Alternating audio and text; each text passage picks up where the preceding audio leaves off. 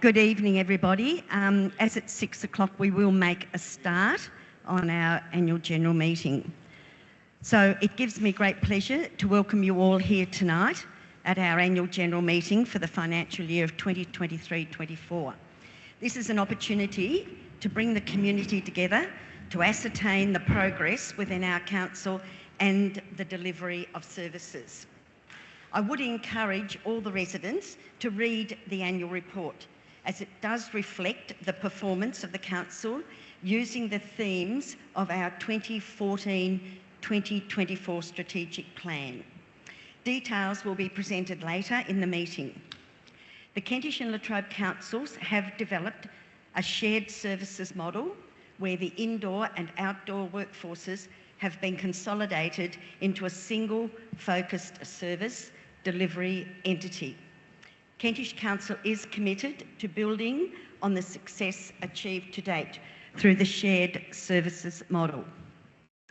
In October 2023, the General Manager, Gerald Monson, indicated that he would be retiring at the end of June 24. A recruitment process began with the local government New South Wales Management Solutions. 3 elected members from each council formed the panel, and after due process, Jason Brown was the successful candidate. Jason has settled well into the role, and through his knowledge and experience, Jason is very well equipped to oversee the running of council and develop his own leadership style across all areas of our organisation. I would like now to acknowledge the work that Gerald Monson did following his retirement last year. Gerald was a tireless worker for the council, and we were very appreciative of his willingness to lead the Kentish Council throughout of a difficult period. His tenure at Kentish was based on his connection with the community and his vision for economic development opportunities. Resource sharing with Latrobe Council was established shortly after Gerald commenced in his role, and the Municipal Alliance was the driving force behind this arrangement. We thank Gerald for his hard work, commitment, courage, determination and wisdom, which he displayed without wavering over the past 14 years. I would also like to take this opportunity to thank my Deputy Mayor, Councillor Penny Lane, and councillors for displaying diligence and professionalism as they perform their roles and connect with the community. Your commitment is very much appreciated and forms the basis for a very sound, well-functioning council. Thank you to the staff for their ongoing commitment to our council. Your work ethic, knowledge, skills and professionalism have ensured that the business of council is functioning very well. Thank you for that, for allowing me to welcome you all here tonight to the annual general meeting. The second item on our agenda are the apologies, and we have an apology from Councillor Simone Haig. Number 3, we have the confirmation of minutes, and that the recommendation is that the minutes of the annual general meeting of the Kentish Council held at the Council Meeting Room, Sheffield on the 5th of March 2024 be taken as read and confirmed. Could I have someone to move the motion? Councillor Blencorn and Councillor Lane. Are there any comments or questions about the minutes? As there are no comments or questions, then I'll put it to the vote. All those in favour? All those against? Then that is carried. Number 4, we have public participation, a response to questions that were taken on notice prior to the annual general meeting.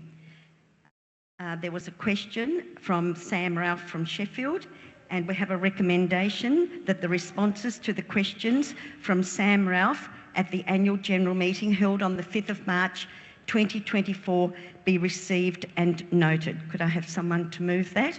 Councillor Hughes and Councillor Richards. Are there any there? And I'll put that to the vote. All those in favour? Anyone against? Then that is carried. We have public participation questions on notice from the public, but we don't have any questions tonight. Now we have a motion, notice of motion, which will be tabled here tonight. And I will just remind all the guests here tonight of the rules when we have a notice of motion put to the group here tonight. So I will have the motion read, and the mover will have 3 minutes to speak to the motion. The seconder will have 3 minutes to speak to the motion, and then I will open it up to the floor, and we will have for and against views on the motion, and you will have 3 minutes to speak to the motion. When we have finished the debate, I will ask the mover for a right of reply, and the mover will be able to speak for 2 minutes. I would ask that through this time that everybody is polite and respectful, so that we all have a chance to listen to one another and hear the views and opinions of people. So we do have a motion on the table tonight, and the motion is up on the behind me, and so I will ask for someone to move the motion.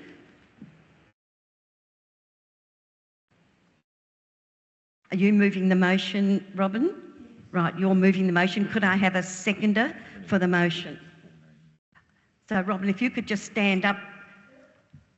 Mrs. Thomas, could you stand up and give your name and where you live, so that we can accurately write down that you are the mover? So could you just stand up, please? Thank you.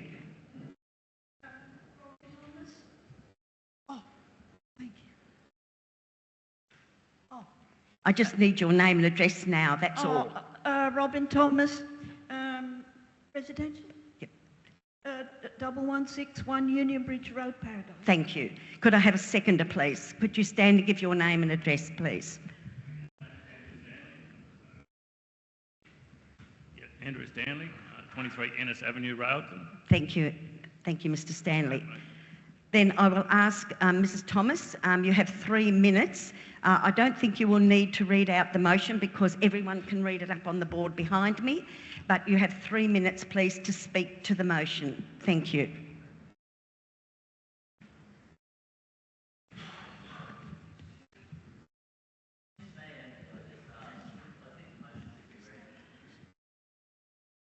Well, I think everybody can read it up there, and there are 2 sections to the motion. We have a mover and a seconder. So, Mrs. Thomas, I will ask you if you would like to speak to the motion.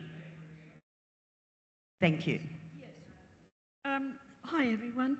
From Local Government Act 1993, Section 20, we know our councillors' legal obligation to ensure residents' health, safety and welfare, and the obligation to be accountable in this.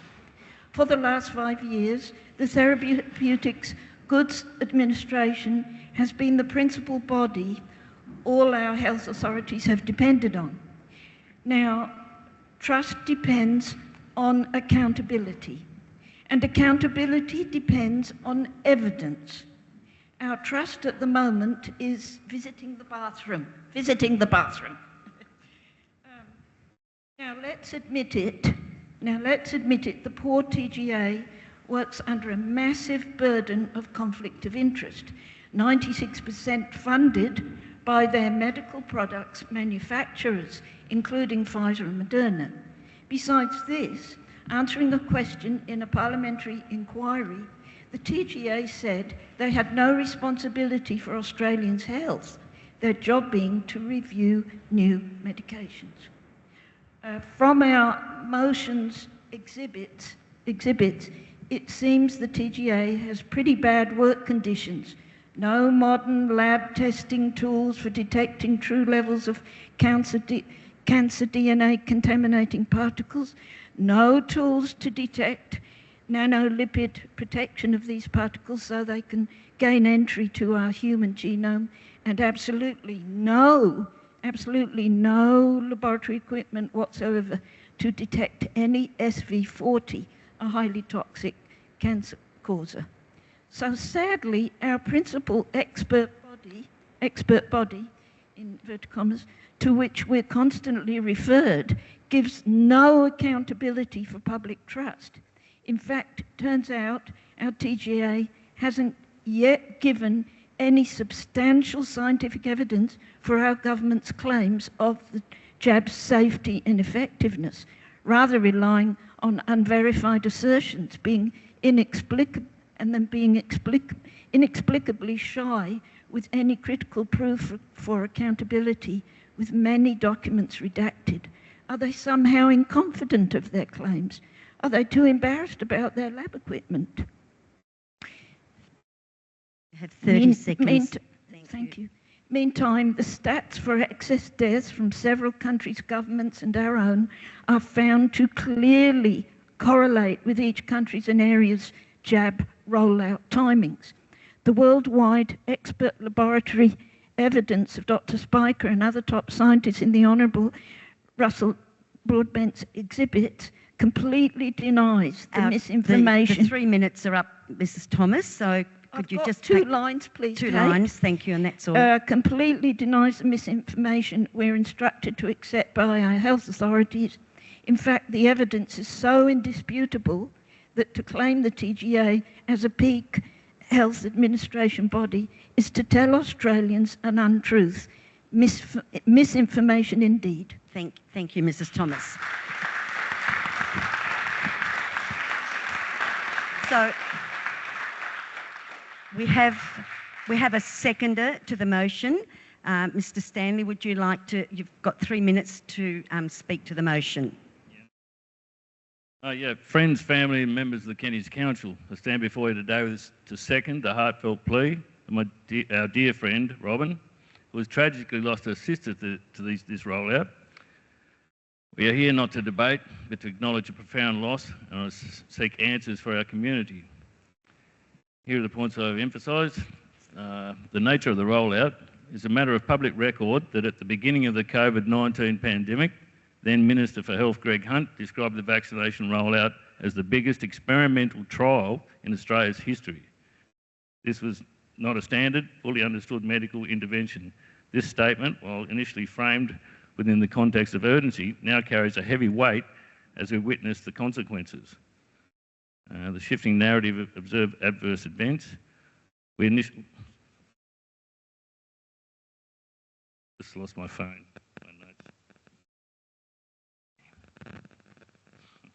Always the way.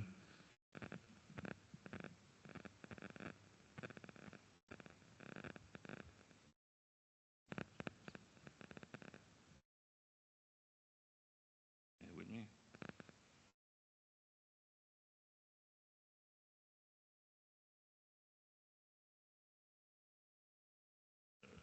We initially assured of the safe and effective nature of these gene therapies. However, the goalposts have been shifted and accumulating evidence suggests a different reality. Numerous studies from around the world are now raising concerns about potential adverse effects, validating the initial reservations of those who question the rollout. Personally, I've witnessed the devastating impact of these therapies. I've lost friends, family members.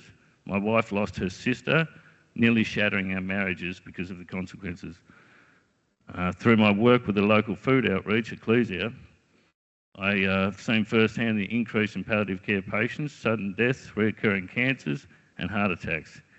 In my immediate neighbourhood, in my street alone, out of 16 houses, we've had 6 people die out of 16 houses in my street. That's just crazy. A lot of these people are old, but there's been a couple, just heart attacks and that, found dead in their chairs and stuff in their 50s.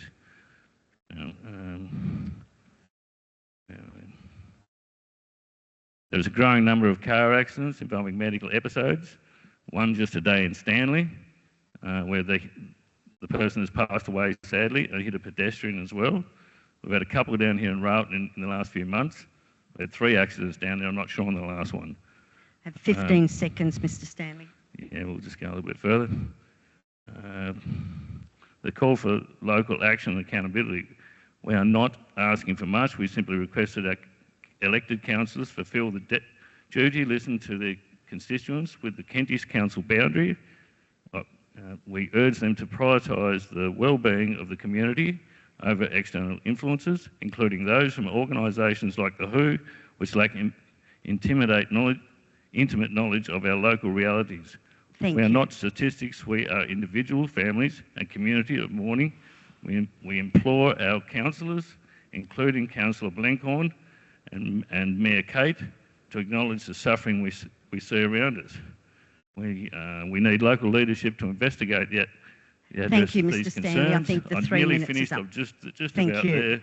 We ask that, to even look outside, just outside here with the fallen. Thank you, And Mr. we have Stanley. we have a problem. Actually gone over And your let us honour time. Robin's sister and those who have lost by Thank you. seeking truth and demanding accountability. To Thank God you. be the glory. Thank you.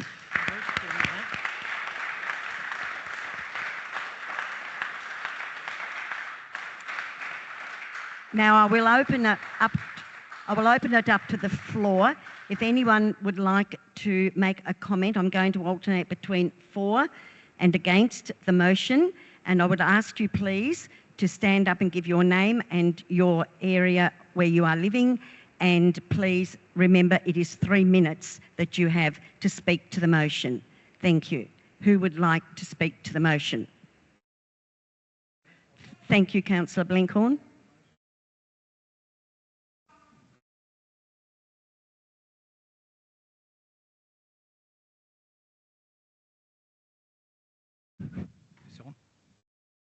Hello. I'd like to thank Robin and Andrew for putting this motion in front of the council here tonight, and the large audience that are here tonight.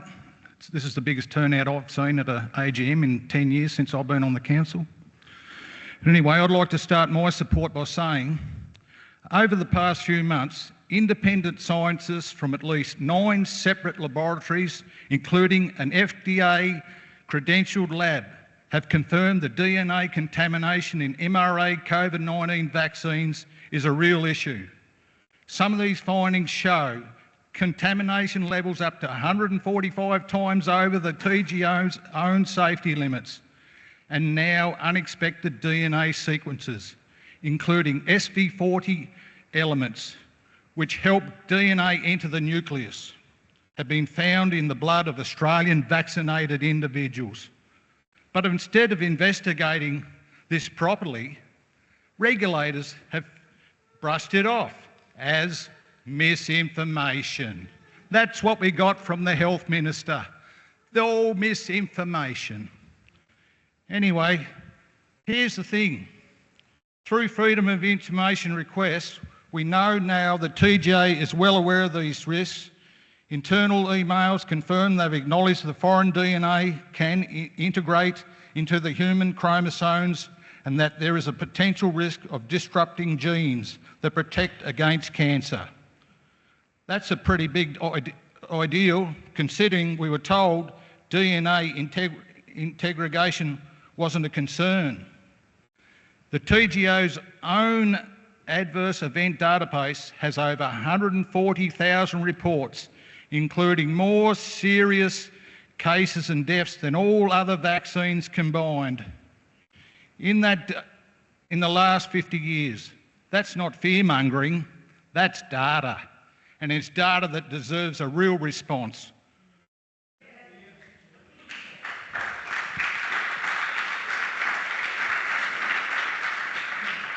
Several councils around Australia have raised and passed motions advocating for increasing public concern, asking authorities to look into this further, including councils in Western Australia, South Australia, New South Wales and Tasmania, with more in the wings.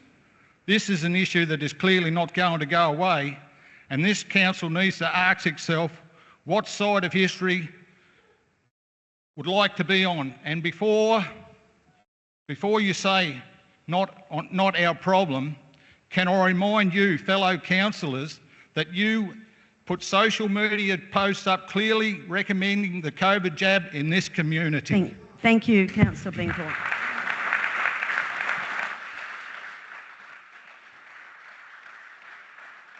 So I will ask now if there is Anybody else from the floor that would like to speak against the motion?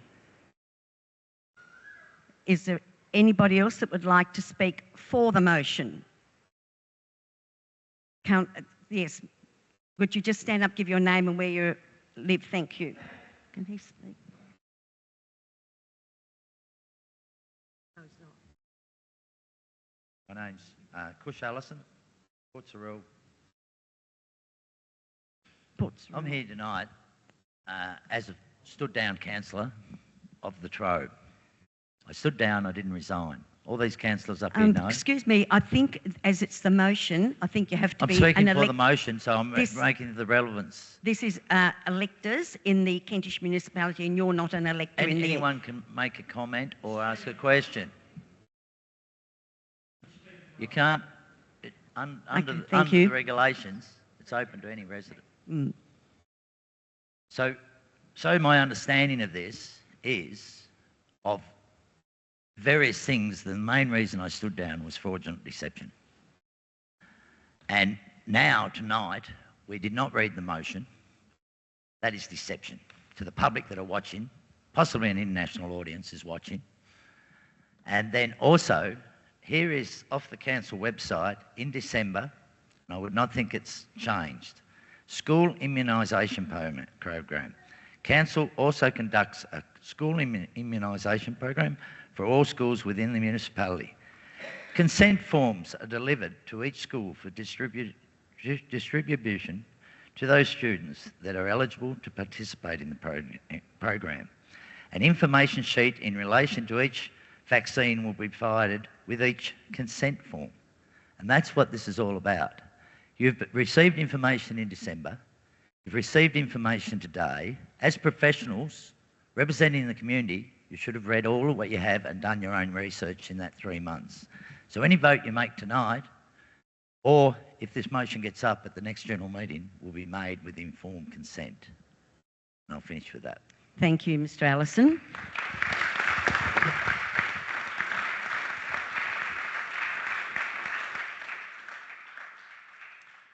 We do have a motion before us tonight. As there are no other speakers for or against. Oh, we do have one more. Thank you. Could you just give your name and address? Thank you. Thank you. John Delane from Roland, also the local rural health nurse. I want to first acknowledge the sadness that's in the room. Absolutely any loss is important to acknowledge, and you can definitely feel that with the people that are here tonight. I do also want to acknowledge the huge impact on healthcare workers during this time. We're often being signalled out and demonised for the rollout. We were out there on the front line doing the best, what we thought, with the information at hand at time that we thought was protecting our community. This motion, I struggle to understand exactly, is it about the COVID vaccination? Is it about an individual situation? Is it about a broader vaccination issue? I really struggle to see within this motion what clearly is being asked of the council or of the community, in fact, to vote. So I won't have a position on that to say in this group forum, but I do want to just say there is an impact on both sides of this. I certainly think it's an important issue that you're raising. I don't think it's necessarily been worded well or forwarded well, but do want to acknowledge the impact on both sides. Healthcare workers are still out there in the community providing that care, providing that grief counselling, providing that follow-up, and just want to acknowledge the impact is on both sides of this argument. Good. Thank you. Thank you, John. Mr. Ralph, you'd like to make a comment?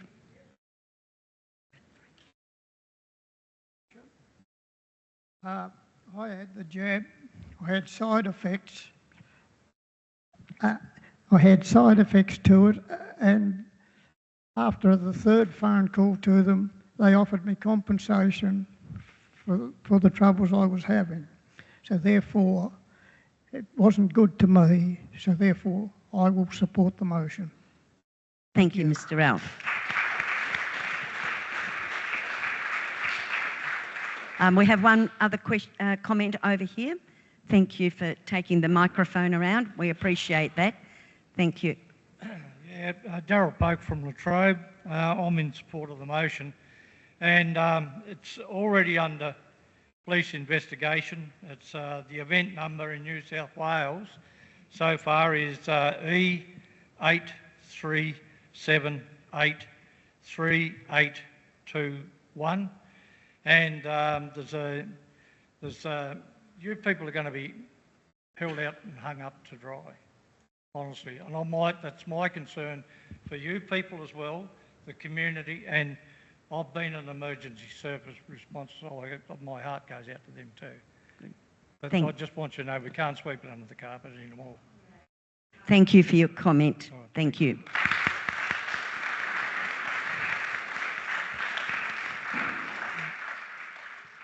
So I'll put it to the floor. Are there any more comments either side of the argument for this motion?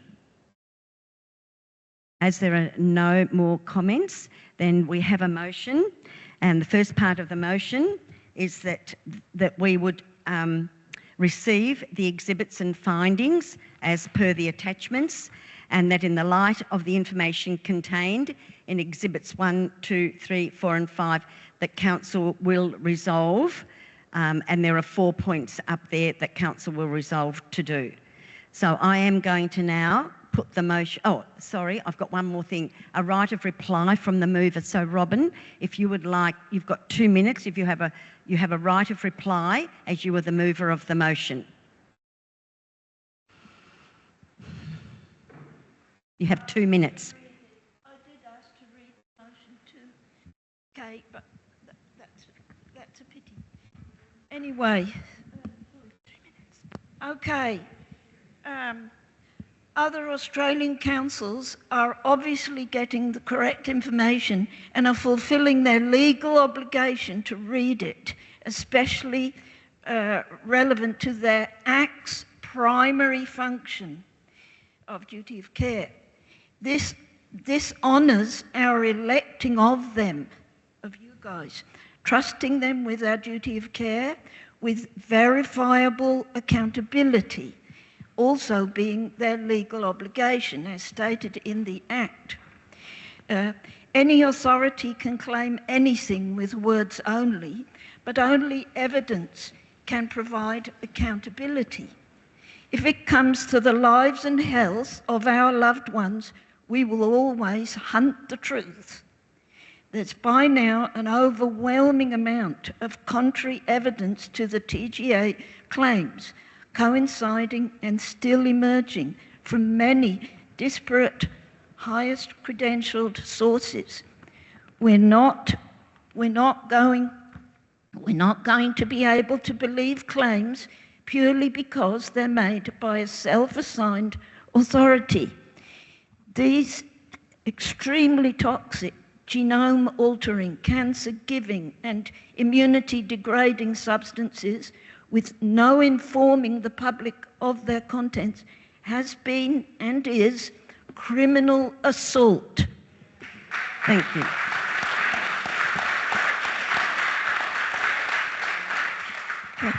The deaths, images of suffering, miscarriages are 10 seconds, Mrs. Thomas.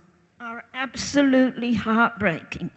Inheritable infertility is also scientifically predicted.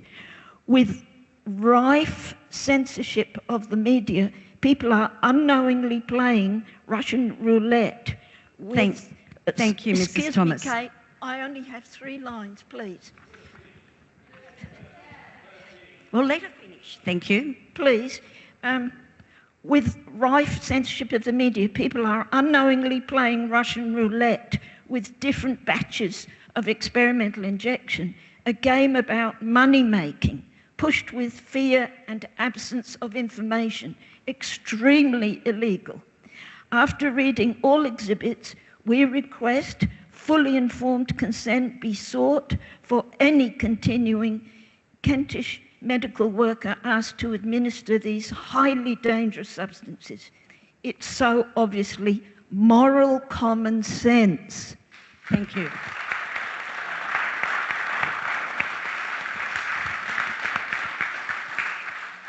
So thank you, Mrs. Thomas, for your right of reply.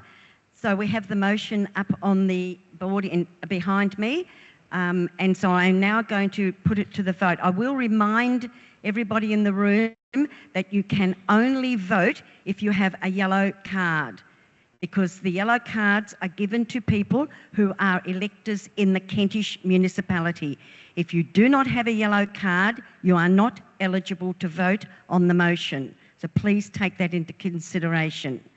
So I am going to put the motion to the vote. I'll read the motion out then.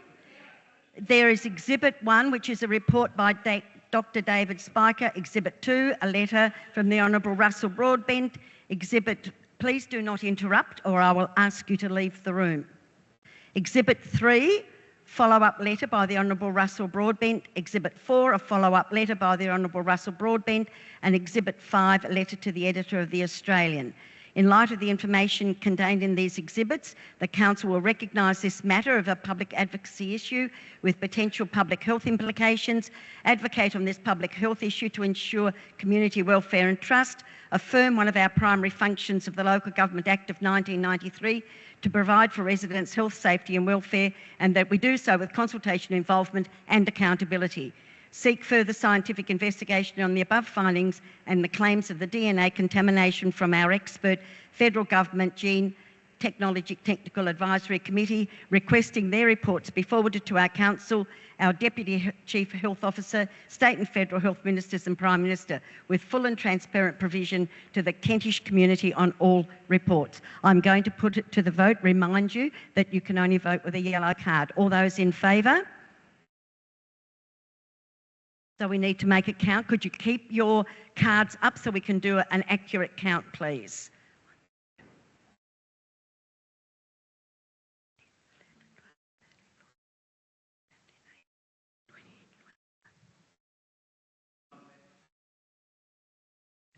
Thank you.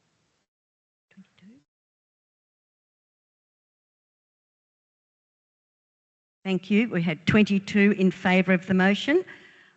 All those against the motion with your yellow card, please. 1, 2, 3, 4, 5, 6, 7, 8, 9, 10, 11, 12. There are 12 against the motion, so the motion is carried.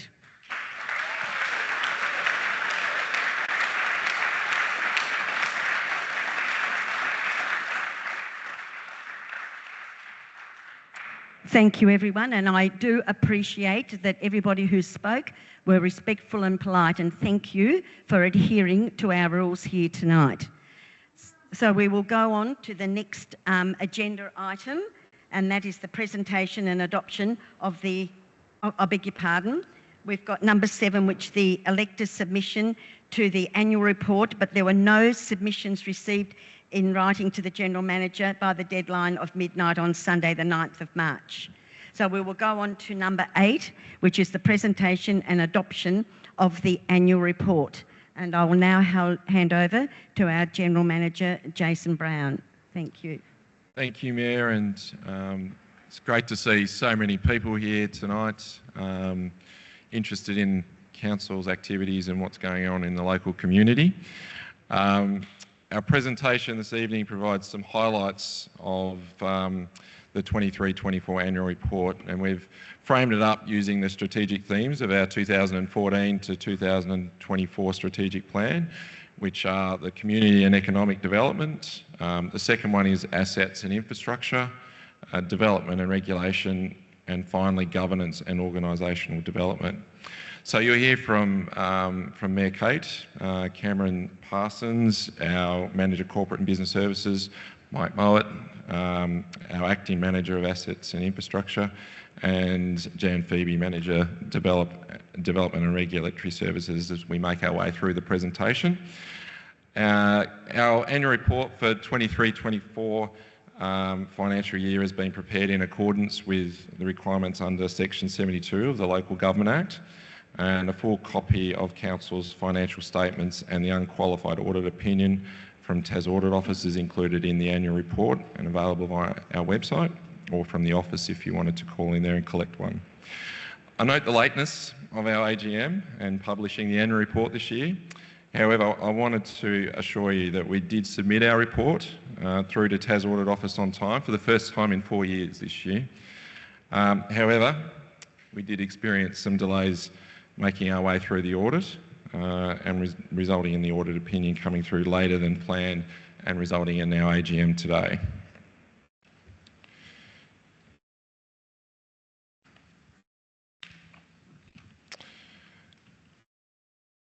So the audit report has been publicly released and an invitation for submissions were advertised in line with our statutory obligations. No submissions were received by the due date and time. The annual report outlines our performance and against the annual plan and our budget.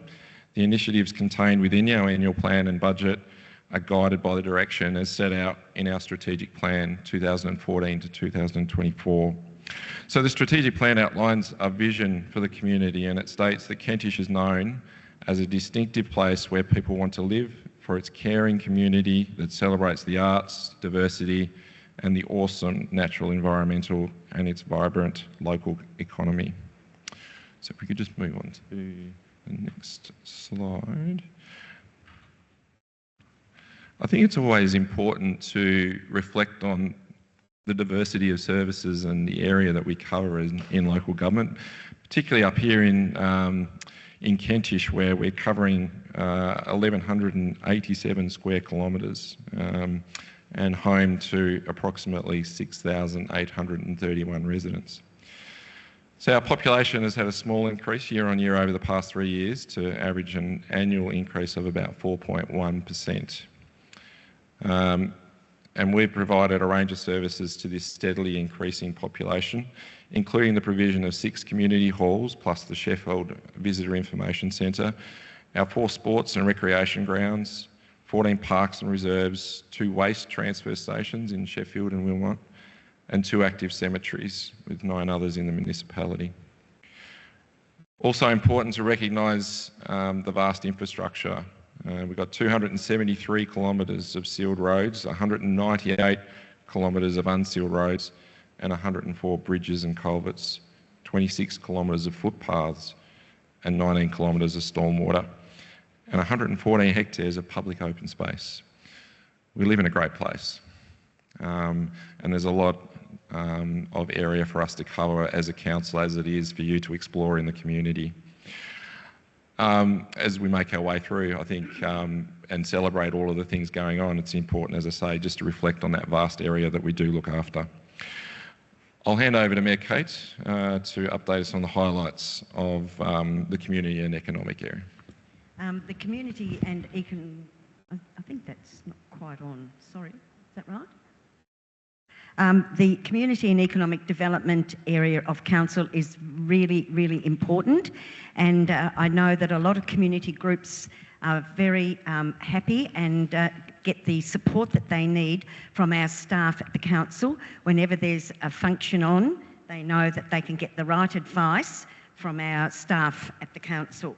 One of the focuses that I would like to talk about tonight is the Kentish and Latrobe Independent Business Association. This was formed about 3 years ago, and it is an association across Kentish and Latrobe, and it is to encourage all the businesses to get help to thrive in their business. And we as an association have worked out a database where every single business in Kentish and Latrobe is a free member of this association. And being a member of the association, they can attend any education and networking events. There's a local online business directory, regular business bulletins, promotion and advertising and lobbying our issues to the government. And Calibre has actually been very successful in being able to get things moving through the state government, and IT and telecommunications is one of those areas that Calibre has been really lobbying very hard towards. So anyone that's, any business in Kentish Latrobe is a free member, but we do have silver and gold as well, that people can be a paid member if they so wish, and there are extra benefits in that area. But there is digital and marketing and cyber security help. There's staff hiring and disputes, wages, awards and conditions. You can get help in that area, business plans and risk analysis, red tape and regulatory issues, and mental health and resilience. And all this is free advice through Calibre. So we do have connections in the community. So if anybody rings up Nicole or Gordon or anyone on the board, then we can put them in, refer them to somebody who's got the skills in those areas, and they get the help that they need. So Calibre is working very well, and the council support financially Calibre so that we do have paid staff within Calibre, and our contribution to Calibre, it helps in that area. One of the other areas that we have been focusing on, of course, is our Wild Mersey mountain bike trails, and we are still lobbying the federal government through this election process, because we do want four-wheel drive shuttle access up to the Badgers. So that's the next project for the mountain bike trails. They are being used very well, and we do know that when people are using the trails, they do speak very highly of them. They say that they're some of the best trails in Tasmania, and they do keep coming back to use the trails and actually to enjoy the view from the top, and start at Latrobe, come across the Warrior Bridge into Latrobe, and then come into Sheffield. So that's really put Sheffield on the map, and Railton and Latrobe. So it's not just a Sheffield focus, but I know that Railton has really increased with their visitor numbers, and they are getting a lot of people down there because of the mountain bike trails. And Latrobe is certainly one of their trailheads as well. So the mountain bike trails are doing very well, and we're very thankful that we've got something different to offer our visitors in our community. One of the other focus events that we have during the year is our Australia Day Awards. And last year in 2024, I had the honour of presenting Carol and Don Thwaites with the Citizen of the Year Award for their contribution to the Kentish community. And the awards are always recognising the dedication and service and impact of those people who do work tirelessly to improve the lives of others, fostering a sense of pride and unity within our community. So the Volunteer Recognition Awards were presented to Julian Bale, Sandy Bratstrom, Alan Dye, Heather Isel, Julie Winwood, Jean McDonald, Sandra Rodenrich, Anna Walker, Judith Magai, Wendy Charleston and Peter Wilcox. The local hero was presented to Jennifer Braid, and the community event of the year was awarded to Mural Fest 23, which celebrated 20 years of Mural Fest. The Young Citizen of the Year was Lucas Sullivan, and as I just said, the Citizen of the Year went to Don and Carol Thwaites, very well-deserving recipients. So we do enjoy our celebration day on Australia Day, and it does give us the opportunity to recognise the tireless efforts of our local residents. Some of the other events that we're very proud of in the Kentish area, of course, is Steamfest, and we've just had that recently in the long weekend. Thousands of people come in over a 3-day period, and the weather this year was very favourable, so we were able to really accommodate so many more people because they came with the weather being so nice, and the fact that they had something to go to with Steamfest. And the committee are tireless in their efforts to make sure that Steamfest is better every year, and there are some changes that can be made to encourage people to keep coming back. And also we had, that same weekend, we had the Polo Cross and the Gowrie Park Rodeo and the Pet Parade, so it was a very busy weekend in Sheffield that particular weekend. So we also have Mural Fest, which draws a lot of people to our area in the weekend long weekend. We start in November, and we have our artists that paint over at Mural Park for the week. A lot of work goes into organising Mural Fest, and we have the Kentish Act Board, which is overseen by Sandy Bratstrom, and who puts a lot of work into making sure that Mural Fest is successful every year. So one of the other points that I would like to bring to your attention tonight is the volunteers, and the particular area I would like to mention tonight is the Kentish Museum. And I can see a couple of people here tonight, 3 people to start off with, that have absolutely worked tirelessly. And I know I've used that word a little bit tonight, but I know that the Kentish Museum just would have been, the future of the museum would have been very uncertain if it hadn't been for Sandy, Nadia, Linny, who I can see here tonight, who have just put hours and hours into sorting out all the memorabilia that was in here, in the museum, and then starting to catalogue it all and get the museum ready to be opened. We did have a soft opening here a couple of weeks ago, and people that came in were very impressed with the way the museum is coming together. And I do thank the volunteers for what you have done to get the museum back open again. It's a real credit to you all. We did get funding for a curator, and the curator came in for 9 days to train our volunteers to make sure that they knew what they were doing, how they were doing it, and how they could present the museum to the community, to visitors, and that we could keep the history of Kentish alive and well in the museum. So we're very, very pleased that that is one group of volunteers that we can really be very thankful for, and we know that the museum will be open very soon. And I think that's about ties me up, but I want to say thank you to everybody in the community, all the different groups. I know we have U3A, and that does draw a lot of people together, and that's a real social outing for people. It keeps people active and involved in the community, and that's what we want. And I must say that today we had Leon Compton from the ABC up the street today for 2.5 hours, and the question he asked me, we said, what is it about Kentish and the community that draws people here? And I said, well, I think it's the people, because it's the people that make our community. It's the people who set up these organisations, that volunteer and that work hard to make our community very livable.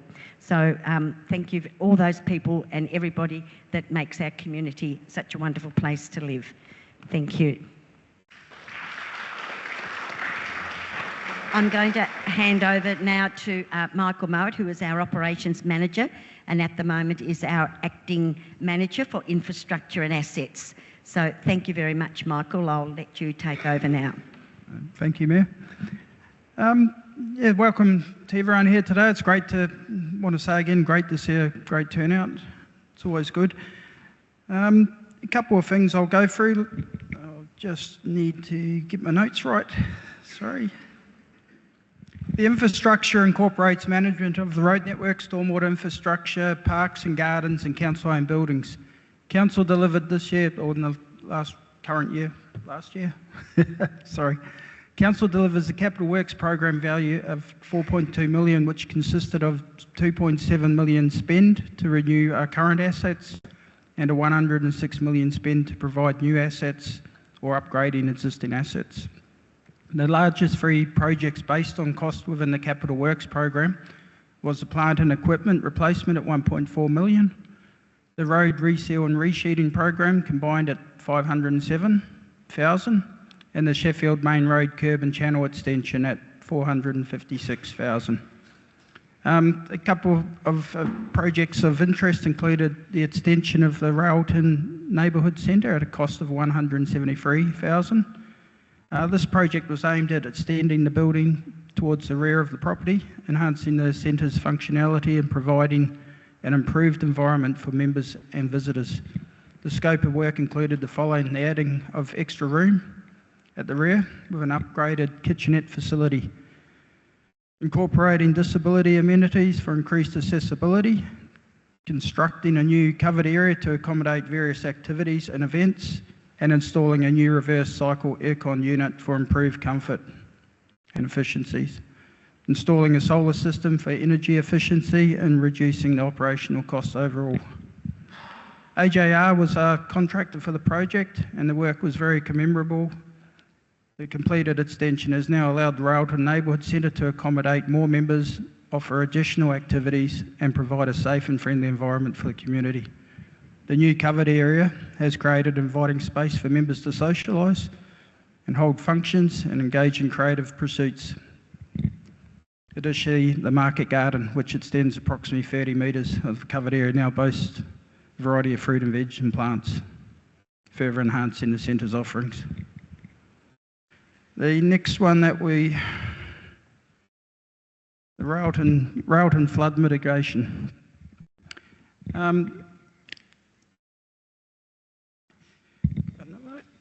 Significant flooding occurred in Railton obviously in 2011 and to a lesser extent in 2016 and 22. Following 2011, there were some works undertaken to improve the capacity of Redwater Creek, but despite these works, Railton remains difficult to mitigate against significant flooding, like the one that occurred in 2011. The steep hills and area and valleys and stuff and the short flow times lead to rapid and high peak flows. This makes it very difficult to respond quickly with flood measures like sandbags. And the land near the creek is developed with limited capacity for flood passage, compounded by the climate change that we're experiencing. Council, they managed to attain 3.3 million funding commitment from the federal government's Community Development Grant Program for flood mitigation, with similar commitments from Tasmanian Government on the basis that Council also equally contributed. In the initial design, there was a lot of community opposition arose against the proposal to widen and raise the creek walls. Due to this, alternative solutions were explored, including large underground culverts, but the estimated cost to adequately protect the town reached 45 million, exceeding budget limits and well above the construction cap of approximately 13 mil. In 23-24, the Council determined that funding from state and federal governments was inadequate for effective flood mitigation in township. At the 18th of June 2024 Council meeting, a notice of motion was passed by Council to adopt the following actions. Action 1 was to collaborate with government agencies to establish a flood warning system, including rain gauges and monitoring. Action 2 is continue upgrading the stormwater system in Redwater Creek as we can. When there's been post-disaster and stuff, we sort of take advantage of that situation. 3, seek funding opportunities for a $45 million project, although I must say no funding sources have been identified yet. We informed the SES, the state government, and the project cannot progress under current conditions. Action 5 was communicate with federal CDG program managers about the project's limitations due to budget restraints. 6 was to request 1/3 of contribution for incurred costs from state and federal funding sources of costs to date. 7 was to keep the community informed about these developments. And 8 was to budget for a potential new bridge at Dalbiggin Street, contingent on the modelling to increase the flow through there. It was, however, when the modelling was done, it suggested there'd be very minimal benefits, and the bridge plans will not proceed due to that.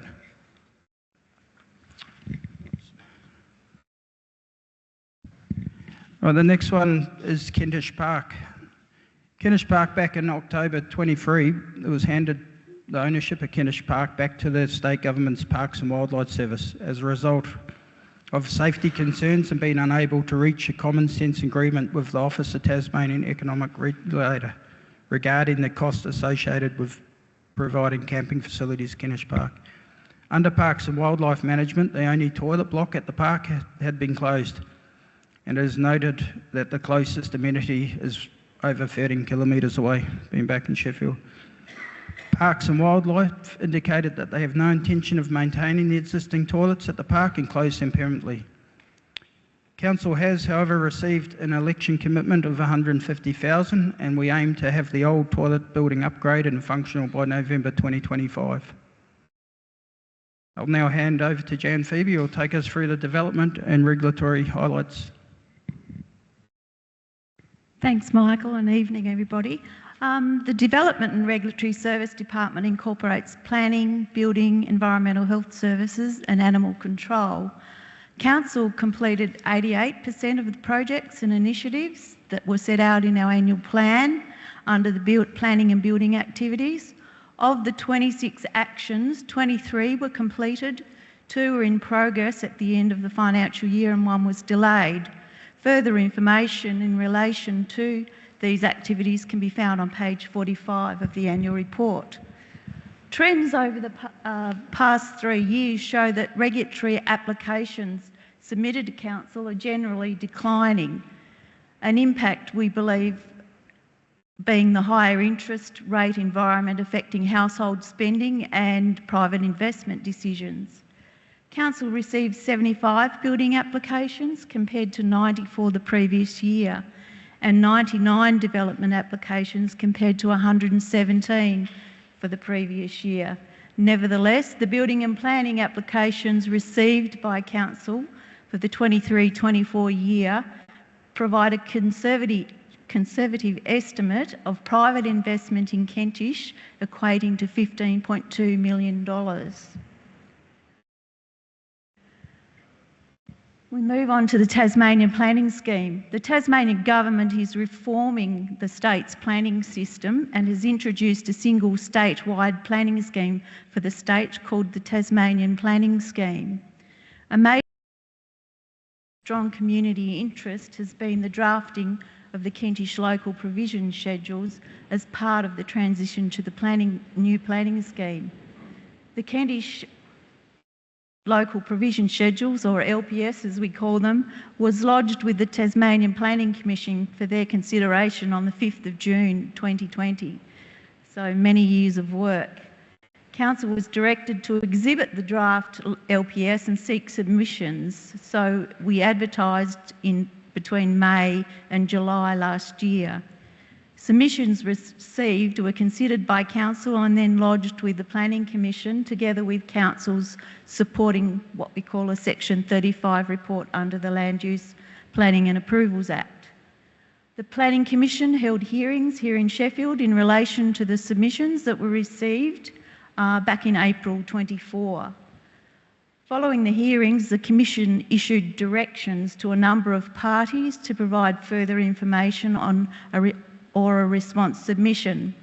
Whilst not relevant to last financial year for information, the Planning Commission have now made its final decision in relation to the LPS on the 2nd of January 25, and it becomes effective tomorrow. The Commission have also directed Council to make a substantial modification to the LPS after it comes into effect tomorrow, so that will require Council to publicly exhibit the amendment, call for representations before lodging again with the Planning Commission. I'll now hand over to Cameron Parsons, who will take us through the governance and organisational development highlights for last financial year. Thank you. Thanks, Jan, and appreciate your patience whilst we talk about things that happened before I joined the council, but we'll go back through some notes.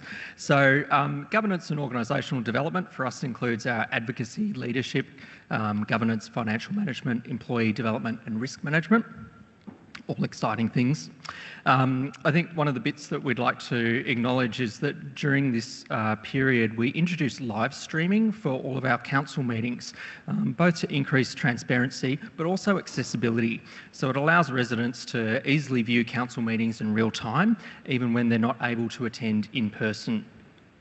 We undertook a review of the council's risk management framework and strategic risk register. And this allows us to align risk management with our organisational goals, prioritise resource and respond to emerging risks.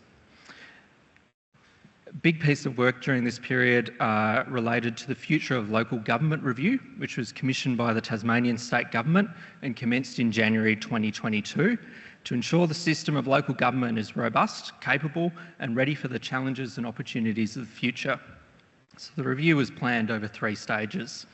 Importantly, during this period, the government announced it was taking action to end any fear and uncertainty over the future of local government across Tasmania, and announced that there would be no forced amalgamations and that communities and councils would decide their own future. In July, La Trobe and Kentish councils made a joint submission in response, outlining our position of the strengths and weaknesses of the 4 scenarios the board had presented. The preferred option we presented was scenario 4, to create a new council area. The existing LGAs of Burnie, Central Coast and Devonport are combined, and the existing Kentish and La Trobe LGAs are combined. And you can see a photo here of council presenting to the Local Government Review Board in August. So by October, the board released the final report of the Future of Local Government Review, which contained 37 recommendations on how the current system needs to change so that councils can meet the challenges and opportunities our communities will face over the next 20 to 30 years. By February 24, La Trobe and Kentish councils made another joint submission in response to the final report, and we provided an opinion across all of those 37 recommendations within the final report. So in summary, our submission highlighted that we had some disappointment that the scenarios primarily focused on boundary adjustments. We reiterated that both councils supported 4B, which would progress combining Kentish and La Trobe council areas, and that we raised that there's significant transition challenges and for that option to support the community in progressing those two mergers. So as a current update to that, the Minister for Local Government, Kerry Vincent, announced on the 27th of November 2024 that 36 of those 37 recommendations from the board were accepted either partially or in full. And the state government issued a discussion paper targeting amendments to the Local Government Act 1993, supporting 11 key reforms, and submissions on that closed the 21st of March, so quite recently, so we'll hear more shortly. Turning to finances. So council returned an underlying deficit of 0.81 million for the financial year against a budgeted underlying surplus of 42,853. So the unbudgeted underlying deficit was a result of a couple of factors. There were 442,000 higher than budgeted depreciation expenses due to a revaluation of council's transport infrastructure after the budget was adopted. There were $201,000 higher than budgeted waste management contracts due to illegal dumping of asbestos at the Sheffield Waste Transfer Station. We had $159,000 lower than budgeted share profits from the Dulverton Waste Management Authority, and then a remaining 46,000 variance across a number of minor matters. So our cash and investment on hand decreased, but our cash levels remain above the Tasmanian Audit Office KPI benchmarks. So cash decrease relates to borrowings being reduced from 5.73 million at 30 June 2023 to 1.49 million at 30 June 2024, as we paid out one of our long-term fixed loans. So we discussed there our deficit position. If we move to the next slide. I just thought we'd take a moment to discuss underlying surplus.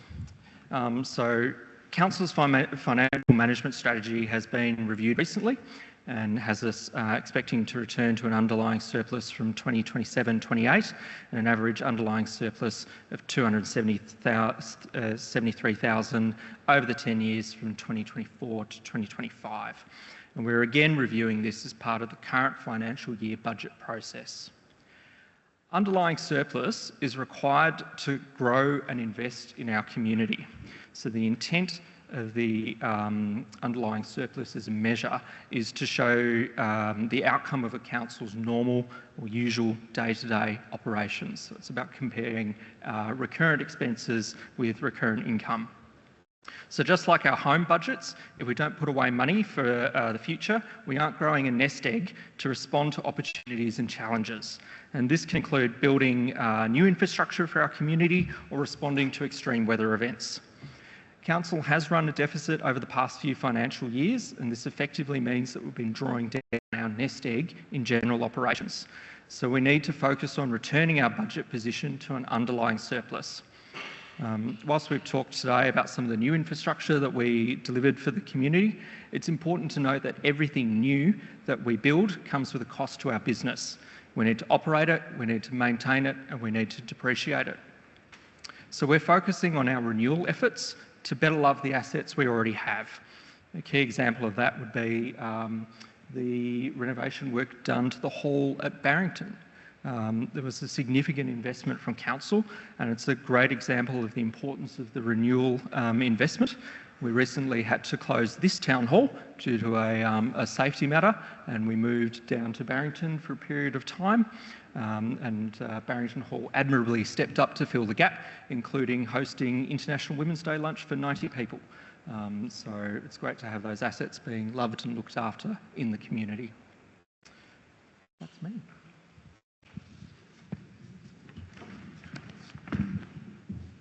So I would like somebody to move that the annual report for the financial year of 2023-24 be adopted and the 2023-24 audit financial statements be received. Could I have someone to move it? John Deverill moving it, and second Chris Pachetti. I'll put it to the vote. All those in favour? Anyone against? Then that is carried. Thank you very much. So we go on to number 9 now, which is the public participation, questions without notice and motions from the floor. And I will advise the members of the public that you're invited to ask a question in accordance with meeting conduct outlined in the meeting procedure guidelines at the front of our agenda. So is there anybody from the floor that would like to ask a question tonight? If you do, please stand up and give your name and where you are, which area you live. Any questions? Thank you. Mr. Ralph. Mr. Ralph, I just might wait till you get a microphone if you don't mind. Thank you. Thank you. Thank you. Before I ask the question, what I'd like councils to look at is the number of employees Kentish has to what Latrobe have. When you look down the electors, Latrobe's got 90% more than we have. Rateable properties 85%. Building applications 262%. Waste bins 332%. Development applications 260%. Yet we have one employee for every 103 properties. Latrobe has one employee for 147 properties. I think we should amalgamate the two lots of figures, and then we would end up with 55 for Latrobe and 29.82 for Kentish. That's how many employees we should have for each council. That's only, I think you should have a look at that. Anyway, my question is the bike track. Who approved the development application for the bridge over the Mersey River, Latrobe or Kentish? Thank you. Do we take it on notice for that one? Jan, you know, can you give us that one, Mrs. Phoebe? Municipality, but I just need to double check that that's, sorry. I believe it was, that was in Latrobe Municipality, but I just need to confirm that for you. It's definitely in the Latrobe Municipality. That's all, thank you. Could you give us a copy of the question, please, Mr. Ralph, so that we have it here? Are you able to give us a copy? I'll just have to write it out or tear it off the bottom. Anyway, I'll fix it up later. Okay, thank you. We will need a copy of, so we can accurately answer the question for you. Thank you. Thank you. Are there any other questions from the floor tonight? All right, as there are no other questions from the floor, then I will go on to number 10, and that is the closure. And so I will bring our annual general meeting to a close, and I will thank you all very much for attending tonight. And I just hope that we'll be able to move on forward, and our trajectories for the coming year will be very fruitful and sustainable for our community. So thank you all very much for attending tonight.